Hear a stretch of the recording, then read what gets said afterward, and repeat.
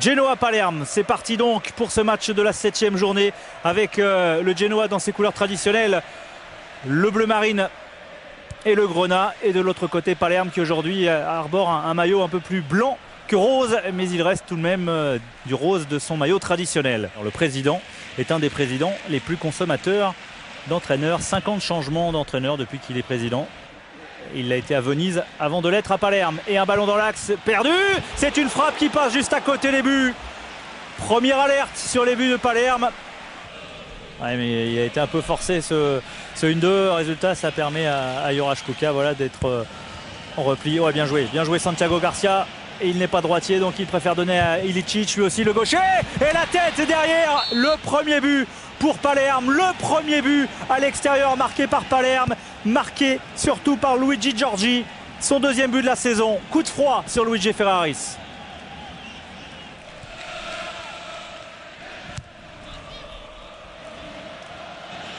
Oh la mésentente!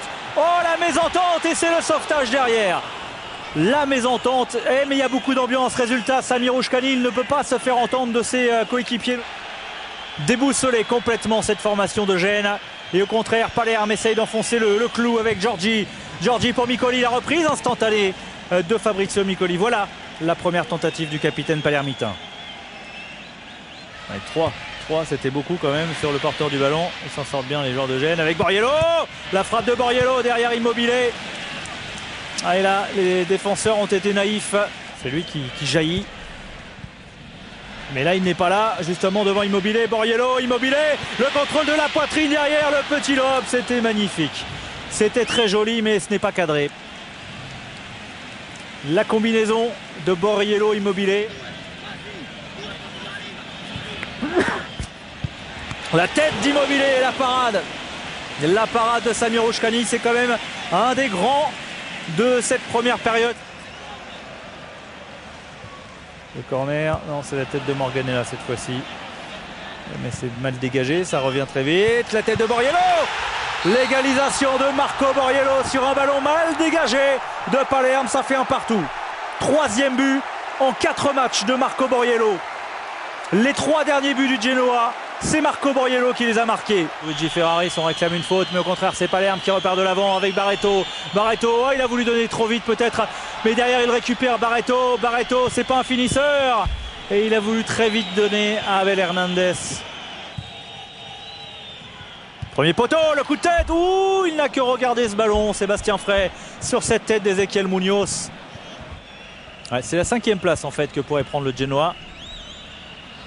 Hernandez, la frappe d'Hernandez, oui, elle a été déviée me semble-t-il. En tout cas, elle inquiète Sébastien Frey en cas de victoire aujourd'hui. Encore faut-il aller marquer, peut-être ici. Vargas, le premier ballon du Péruvien. Et ce ballon est au-dessus. Pendant ce temps-là, Barreto et Santiago Garcia plutôt. Garcia avec Sébastien Frey, la main ferme. Sébastien Frey qui sauve le Genoa parce que tout le monde s'est arrêté de jouer. Jorquera, la frappe de Jorquera, elle était belle cette frappe du Chilien. Score final, un but partout dans un match magnifique. Un match avec énormément d'envie de part et d'autre, un match avec énormément de rythme. Et finalement, un score logique entre le Genoa. Borriello à la 52e pour le Genoa. Et Giorgi avait ouvert le score pour Palerme. Ça va mieux pour les hommes de Giampiero Gasperini que l'on voit ici.